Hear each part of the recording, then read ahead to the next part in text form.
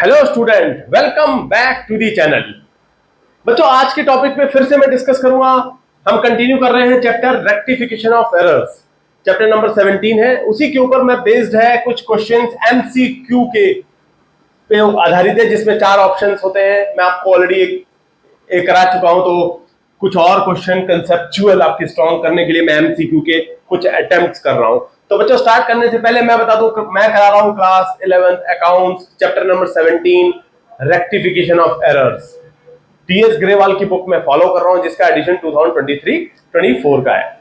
बच्चों, यहां पर मैं कुछ एमसीक्यू के अटेम्प्ट, मल्टीपल चॉइस क्वेश्चंस जो बुक में ऑलरेडी आपको दिए हुए हैं, मैं उसमें से कुछ इंपॉर्टेंट क्वेश्चंस लेके आया हूं और आपको मैं समझाऊंगा प्रैक्टिकली कि क्या आप सही जवाब देंगे और क्यों। बेसिकली कंसर्न ये है कि आप सही जवाब आपने पिक करा है तो वो उसका एक्सप्लेनेशन क्या है आप समझ पाए। तो बेसिकली अब आप ये एमसीक्यू का अटेम्प्ट हम पढ़ते हैं इस क्वेश्चन को। ये प्रिंसिपल बेस्ड है। अब प्रिंसिपल क्या होता है बच्चों? जहां पर हमें समझ में आना चाहिए कि कोई खर्चा कंपनी के लिए, अगर वो बिजनेस के लिए हुआ है, रेवेन्यू नेचर का एक्सपेंस है या कैपिटल नेचर का, इसको प्रिंसिपल कंसेप्ट बोलते हैं, कंसेप्ट ऑफ प्रिंसिपल कंसेप्ट। तो इसी एमसीक्यू प्रिंसिपल कंसेप्ट के ऊपर बेस्ड है। आइए समझते हैं क्या हुआ है इसके अंदर। ₹3000 paid as wages for installing a machine should be debited to.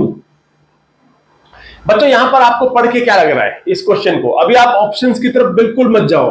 मैं आपको सजेस्ट नहीं करता हूं कि आप ऑप्शंस में तुक्का लगाएं, वेजेस अकाउंट में डेबिट कर दोगे। नहीं, आप अभी बिल्कुल इस पे फोकस ही ना करें। आपने सिर्फ 2 लाइनर क्वेश्चंस को पढ़ा है। अब आप इस क्वेश्चन को पढ़ के क्या समझते हैं? देखिए, यहां पर 3000 रुपए हमने वेजेस पे करे हैं, जो फिटिंग के लिए, इंस्टॉलेशन के लिए, जो आप लेबर बोल लो, आपने लेबर चार्जेस पे करे हैं एक मशीन को फिट करने के लिए। जैसे बिजनेस में कोई एसी इंस्टॉल हुआ, अब एसी के लिए उन्होंने जो फिटिंग बनाई, उसके लिए जो लेबर लगी, वो 3000 रुपए पे करे हैं बिजनेस में। अब आप क्या करोगे? उसको जो खर्चा हुआ है 3000, तो क्या वेजेस अकाउंट में डेबिट कर दोगे क्योंकि मशीन को इंस्टॉल करने के लिए हुआ है, या मशीनरी अकाउंट में डेबिट करोगे, या कैपिटल में डेबिट कर दोगे, या क्या करोगे?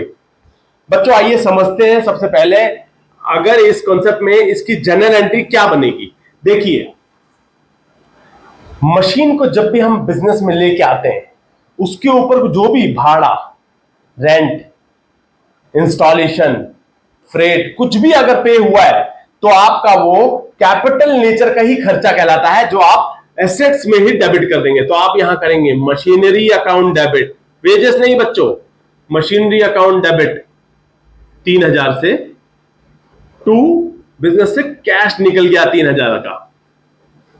तो बच्चों, आप इस कंसेप्ट को बोलते हैं principal concept.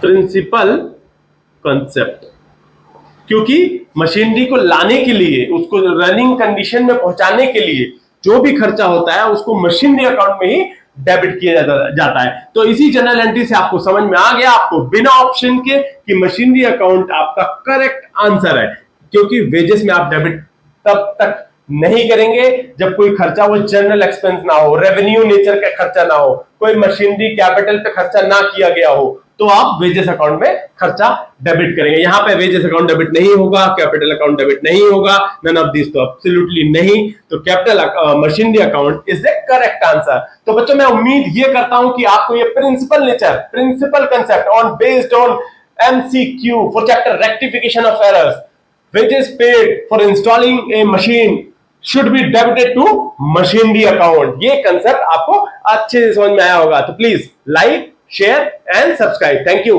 Thanks for watching.